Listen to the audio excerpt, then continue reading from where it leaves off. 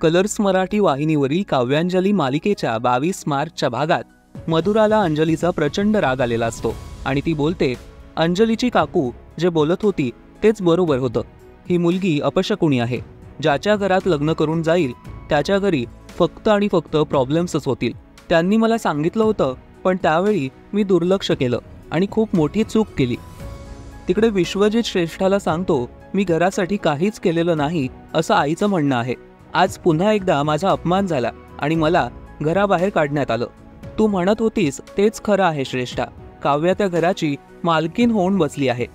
विश्वजितचं हे बोलणं ऐकून श्रेष्ठा त्याला बोलते, मी तुला केव्हापासून हेच समजावण्याचा प्रयत्न करतेय. त्यावर विश्वजित बोलतो, मी हरलोय श्रेष्ठा.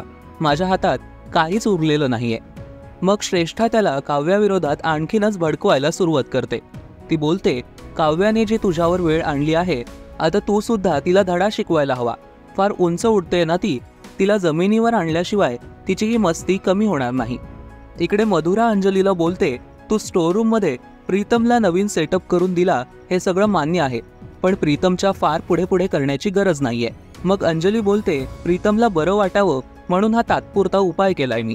त्यावर मधुरा बोलते, तात्पुरता नाही, आता कायमस्वरूपी उपाय करण्याची वेळ झाली आहे. याचा अर्थ मधुरा अंजलीला प्रीतमच्या आयुष्यातून कायमचं काढून टाकणार का हे पाहणं महत्त्वाचं असेल. पाहायला विसरू नका काव्यांजली रात्री 8:30 वाजता आपल्या कलर्स मराठीवर.